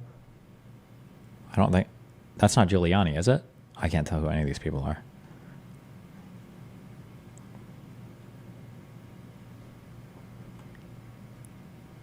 I don't think that's Giuliani. It is? Oh, it is Giuliani? Oh, okay. I don't remember it is. Oh, it's not? It is? Looks like Leahy. Holy shit, it's my dad. Hi, Destiny watching... Or hey, Destiny, criminal defense lawyer here. I'm watching on a delay. In my state, possession in a car is not strict liability. The state has to prove you knew it was there and intended to possess it. Okay. Wow, based on 3 days ago, I think we have a unique understanding of this.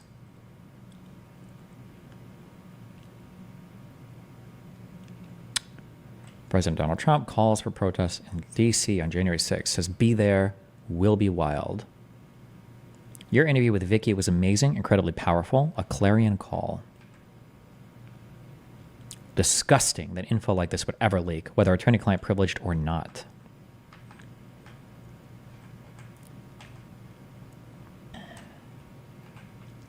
Trump discussed naming campaign lawyer as special counsel on election fraud.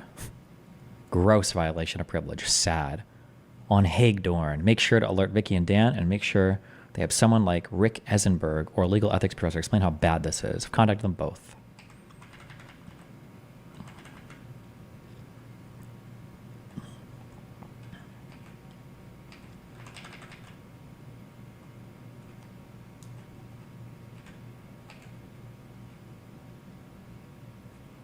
God. Ken is texting Jim so much.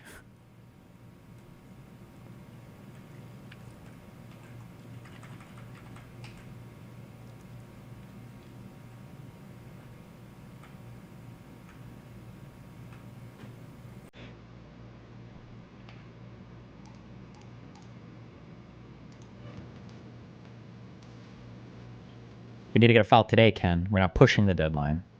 Send it now. This is good at showing some of the dynamics around the president and why I think he puts so much trust in you. He must be self-aware that he has a weakness for overly loyal yes men. He knows you're loyal and fighting hard, but respects that you set limits and don't sugarcoat anything, and you don't need a job.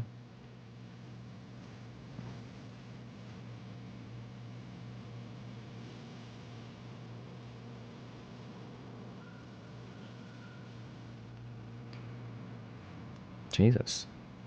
Thank you, Ken. January 6th, did the senator and representative objecting to counting Wisconsin need to be from Wisconsin? Once they object, then break for 2 hours. Can they do that for each state with 2 hours for each? Oral arguments have expedited. I will need a serious set of moot courts to prepare. Who might we ask? Do we want to participate? No one can speak more than once for 5 minutes. First confirmed Senate objector.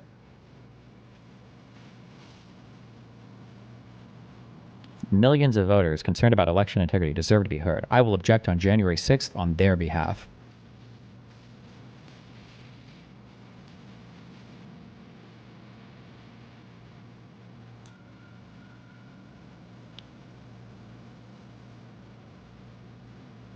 You know what, actually? I think I would implicate, in my mind, I said before that Republicans had a right to do their objections during the in the Senate when they were counting the electoral votes, and that's fine if they want to go through that process. I think I rescind that comment. I would implicate all of them in this scheme. Unless I'm having a misunderstanding. My bet is when you have a right to object to the certification of that vote in the Senate, you're not objecting because you think there's a voter fraud or something. You're objecting because you think there might be an actual error with the certification of those electoral votes. And they were not using this process for that. This says it right here. Hawley was using it because he thinks about voter fraud. But there is no objecting to the electoral votes in the Senate that's going to show voter fraud. It's just showing that the votes were done and certified correctly coming from the state and then verified as such. I wouldn't support this process. I don't think that this was done well.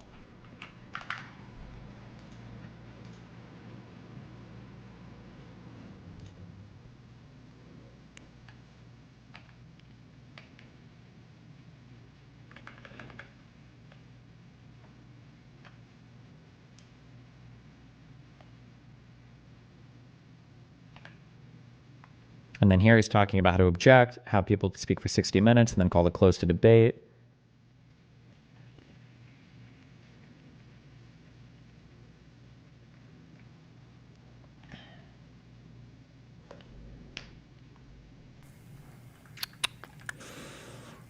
Not presently intending to come out. Thank you for that kind offer. Happy New Year, December 31st. And it's not over yet. Who knows what Trump will tweet before it's over? Wacky smiley face.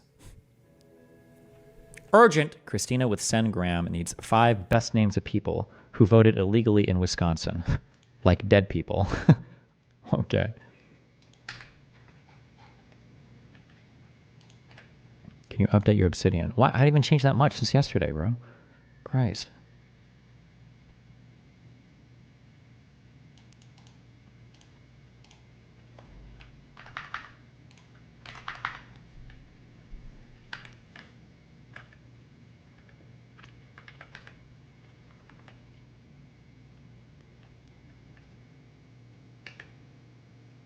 If each state gets 1 vote in the House, then Pelosi must take acting and cannot allow a vote because I believe the R's have more states. Am I right? And here they're talking about how the House delegation would be the ones voting. Yes, Republicans 26 states. McConnell should not allow a vote either because Republicans electing Pence would look illegitimate. It would seem like Pence froze the process to become acting president instead of Pelosi. Republicans electing Harris would be a horror. McConnell would need to protect his caucus from such a Hobson's choice. Best way for Dems to break impasse would be to get a few Republican reps in states with close delegations to abstain so Dems can win a majority of states. None of this happens unless Pence freezes the count. Community resolution is filibustered. I've been in touch with Eastman and Boris on the last 2 days. I think they briefed the senators. Ooh. So the senators are aware of something, I guess. Who knows if they were briefed on the entire plan. Filibustering states seems impossible unless someone withholds unanimous consent to the concurrent resolution that typically is voted January 3rd to ratify the ECA and its debate limitations. That's how current the Senate binds itself to an act that otherwise can't be binding. Ted Cruz misreads the history of 1876 in his bid to secure acting President Nancy Pelosi. There's Cruz.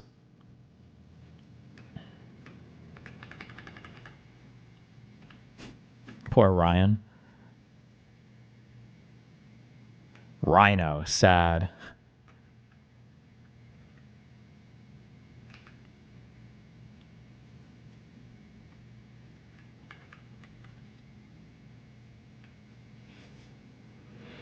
Can't stop Pence from claiming the power to count the votes, unilaterally force delay, e.g. by refusing to open envelopes, makes it hard.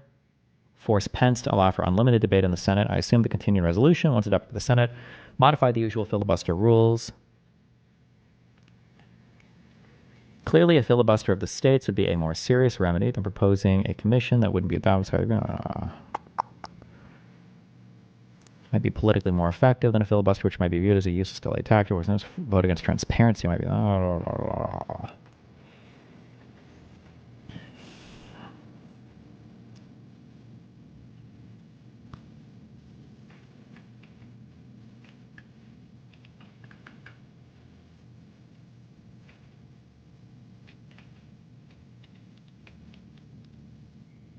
Turley on Fox, Professor Dorff on Pence.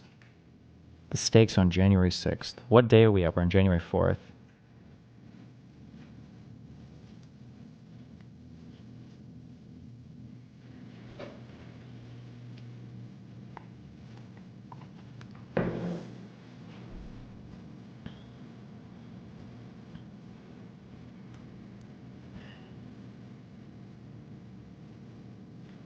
Why didn't Jack Smith indict the co-conspirators like Chesebro now? I don't know. Did he? I don't remember who all the co-conspirators are in the indictments, or in the Jack Smith indictment.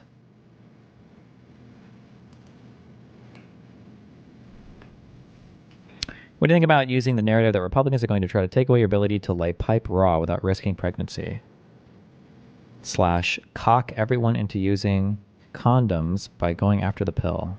Who knows, my dude? Don't they think more kids is good?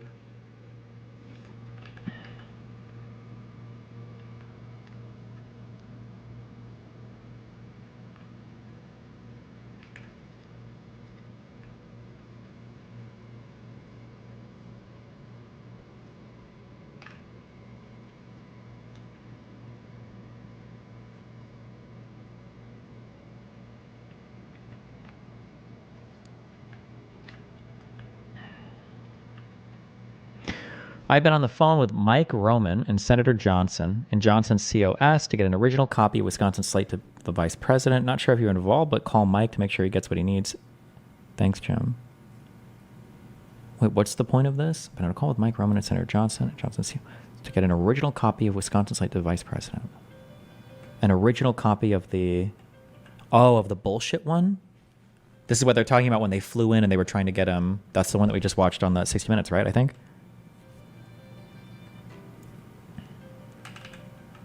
Jesus, well, that message, hold on. Oh, this is January 6th, okay. Enjoy the history you have made possible today. Trump sounds so forceful that maybe Pence has actually agreed to do something, at least like not opening the envelopes until the commission investigates. We'll see soon. Johnson cannot give the certificate we got to him to the vice president because it's not sealed. Someone opened it. We have been informed the vice president cannot accept any unsealed mail, and I cannot hand it to him. That is his note. Mine was sealed. So is the Michigan one. The ones delivered by Kelly's aide to Senate parliamentary yesterday from Michigan and Wisconsin were sealed. This could be an excuse for delay. I gather this is about one delivered today to Johnson. Some of the envelopes sent by registered mail to Senate president didn't arrive timely because registered mail is slow. The ones in Michigan stayed there 2 weeks. Watching now. Is anyone objecting to Arizona? Did it? We did it as required by statute. If the U.S. mail messed up, that's an excuse for delay. Archivist illegally is refusing to release the originals to Pence. You got it, Arizona. Well done, Ken. History is made. My God.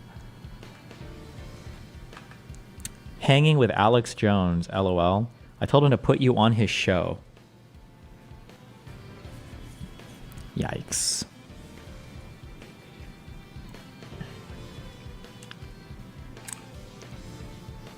Bro couldn't send next day air. It sounds like he was trying to send through, you can send something called, I think it's USPS certified mail, which means that when it's sent, you have to sign for the delivery and there's like an ID verification. I don't know if you can do like next day USPS certified. I'm not sure.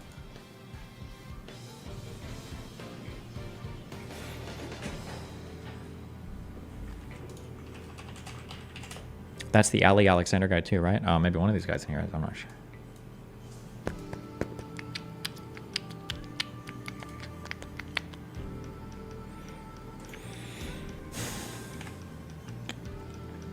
Tear gas in the Capitol. I caught a whiff. LOL.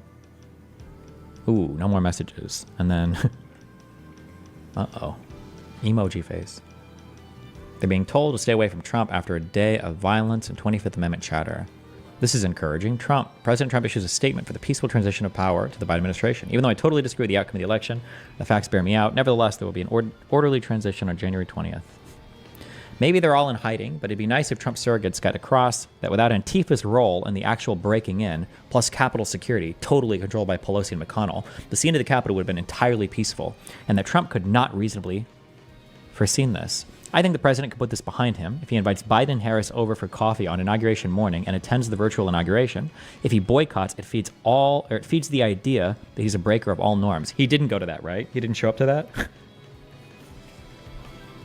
He could lighten it up with a couple of well-placed jokes, like he wants to make sure Joe feels comfortable calling him for advice in the challenging days ahead, or we invited Joe over for coffee because he wants to be sure Joe invites him 4 years from now.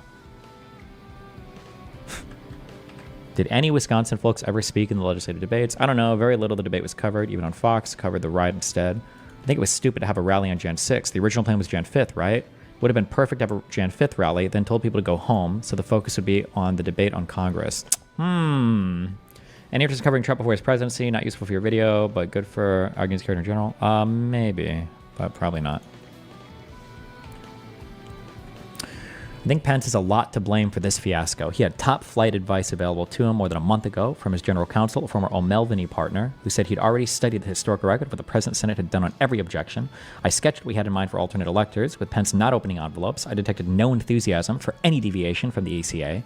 I now think that Pence had decided by then not to do anything to press the envelope or create a test case, but decided not to be straight with the president.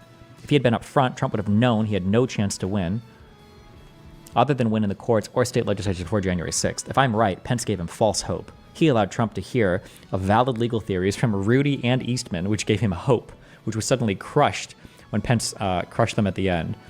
Why did Pence do this? To stall until Georgia runoff was done? If you agree, maybe there should be an effort to criticize Pence for deceitful conduct that led to this chaos. At least Trump was always up front about how he saw things. Jesus Christ.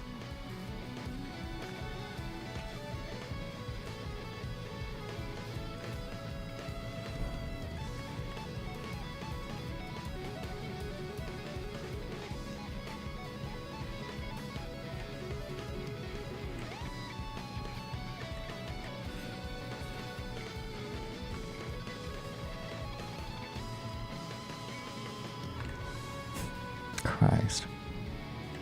Thanks. I'm going to have a discussion with folks Monday AM. FYI. Lawyer working to suppress legally cast votes. I got an even worse review. Seems libelous. Kenneth Chesebro, lawyer working to suppress legally cast votes. I don't know. Damn. UnAmericanBar.com. Of course, we had nothing to do with the federal case cited here. Not sure if telling this website that would do any good. I generally ignore things like this, or ignore these things. Let dead dogs lie. Yeah, Jim, in their Jan 6 speech to the crowd, Rudy and Eastman said that they had letters from 5 state legislators asking to be able to review and vote on the electoral votes. We should press to have the judiciary committees do reports saying the state statutes were violated and that the majority of lawful votes went to Trump. And then in light of this, statutory changes guaranteeing rapid review of the merits and tightening of the absentee ballots must be made. What was that? We need to defeat this narrative. As dangerous than Nazi propaganda. Fucking not Arnold. Oh, that's not even Arnold Schwarzenegger. Never mind. Wait, it is, right? Is it? Is it not? Oh, it is. Oh, Jesus. I just saw a different tweet name. I'm like, wait, am I getting mindfucked? Not something I thought I'd say, but stop whatever you were doing and watch Arnold Schwarzenegger's astonishing and deeply personal statement. He has it exactly backwards. The identification of those who are Trump people, the encouragement to cancel them in their business, the coordinating of decertification from all social medias from the left. I hope that does not end badly, but our side just does not get it. Holy Christ. I suspect Pence planned this long before, but didn't have the guts to tell Trump.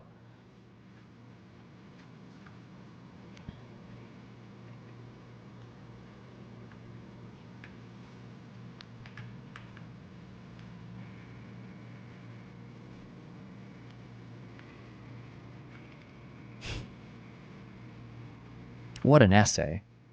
Russians and East Germans under communist Leonid Brezhnev and Erich Honecker in the 1970s lived under less ruling class pressure than do today's Americans, and their rulers were smart enough not to insult them, their country, or their race. Superb, thoughtful.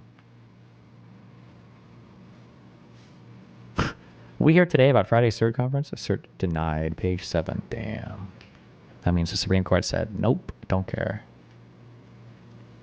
Did any of the Trump cases have a cert granted? Your work was incredible, Ken. I'm honored to have been a part of it.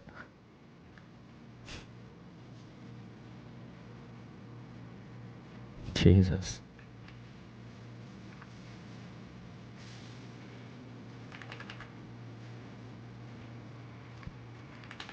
God damn.